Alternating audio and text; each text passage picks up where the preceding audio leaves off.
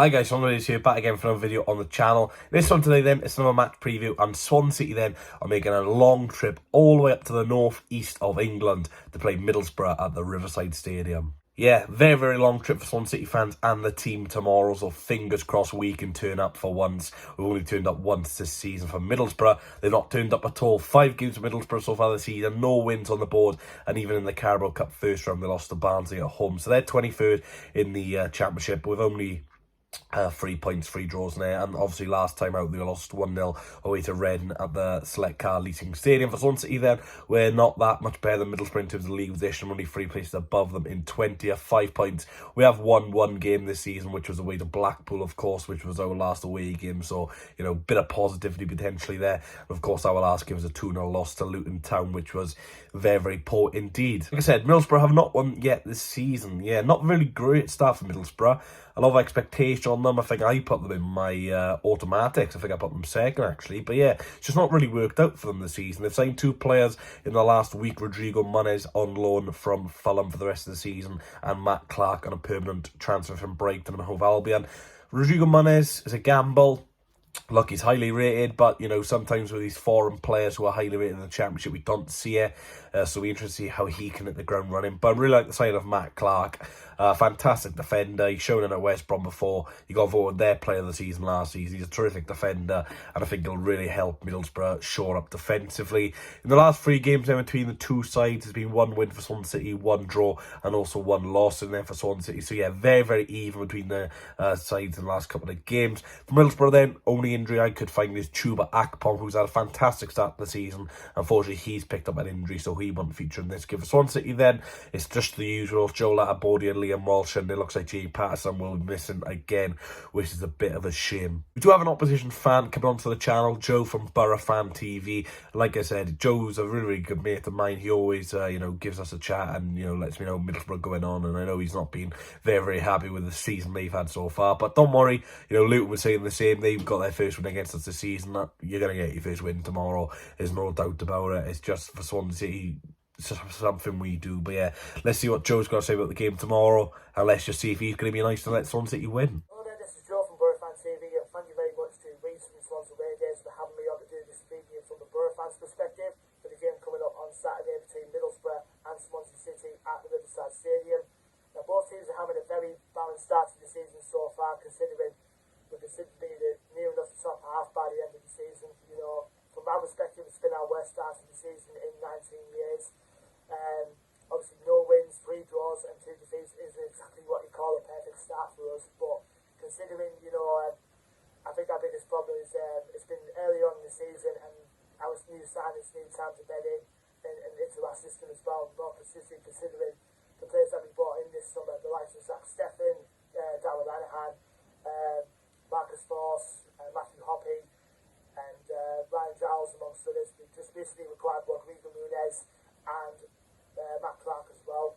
They'll be thrown straight in the deep end possibly on Saturday to get their first starts.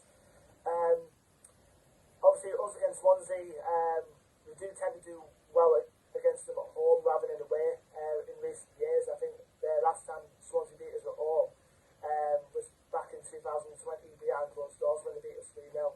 Last season, we won by 1-0, courtesy of the Nazar Jones goal.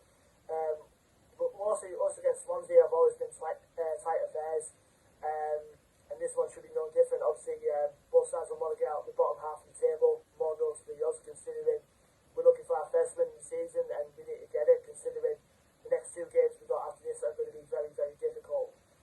Obviously, a tricky trip to Watford on Tuesday night we've got coming up, and obviously the big twos with Derby we've got coming up against Sunderland just 6 days later. But as far as the competition goes, it will be a tight game, but I'm going to go for a 2-1 Borough win with Rodrigo Muniz and Matt Crooks getting the goals for Borough, and I think Michael Obafemi will just grab the only goal for Swansea. So should be making a good game, and hopefully, you know, it'll be a good game. So take care, and up to Borough. Thanks, Joe, for coming on the channel. Really do appreciate it. His link is down below. Feel free to subscribe to Borough Fan TV. On to my lineup then. Now, it's got to be a 4 at the back. I understand why I do like the 5 at the back system, but we haven't got wing backs to play.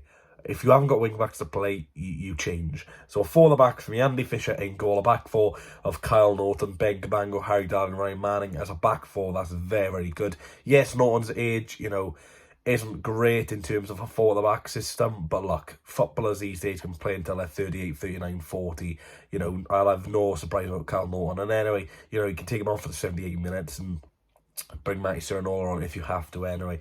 Joe Allen, Matt Grimes in midfield, just the obvious two. Haven't got any other options there apart from Dan Williams and Jay Fulton, but they're not going to start. And then on a front three, I've gone for a narrow formation. Of course, we don't really have wingers either because someone stupidly decided to loan out all three of our wingers in Joseph Whittaker and Garrick, which is a terrific decision. I think Garrick and Joseph both scored last week. Garrick scored in the cup against Barrow and Joseph scored for Oxford United. And I think Whittaker also scored against Charlton. So all three of those players have also scored for their parent clubs, which is brilliant. So yeah, I'm going to go for Joel Perreault, Cameron Congreve and Ollie Cooper. Really, really impressed with Cameron Congreve and Ollie Cooper when they came on against Luton Town last week. Encham, same story. Has a very, very good game against Millwall. Plays against Luton and... yeah, back to the same old Olivier Encham, unfortunately. So yeah, back off the bench for him, I think, in this game. And then Michael Obafemi up front. Like I say, I wouldn't mind giving Liam Cullen an opportunity, to be honest. We're 5 games in, and I just can't wait for the football season to be over, to be honest, because it is very stressful at the minute. But yeah, Obafemi up front. Perreault, he just needs to perform. I've seen people stupidly say, let's sell Joel Perreault so we can get a few players in. We said that about Flynn Downs, and we only brought in Harry Darling, and there's still another 8-9 million left in the pot. But yeah, we'll sell Joel Perreault. We'll bring in a full back for 500 grand.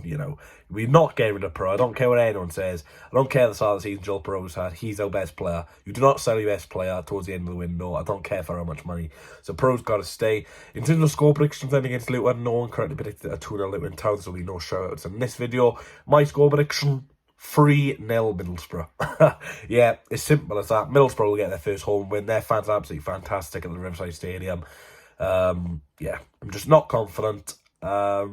It's the beginning of the end for Russell Martin, I think. I think some of the players are, giving up on him. Some of the fans are giving up on him, and I just can't see us winning. It's a tough place to go, Middlesbrough. They've not won this season, so they're going to be out firing. They're going to, want to win. They've got a couple of new signings coming into the squad, and for us, same old, no new signings into the team. Team a lack of confidence. Can't keep a clean sheet to save our lives. Can't score a goal to save our lives. Yeah, 3-0 Middlesbrough.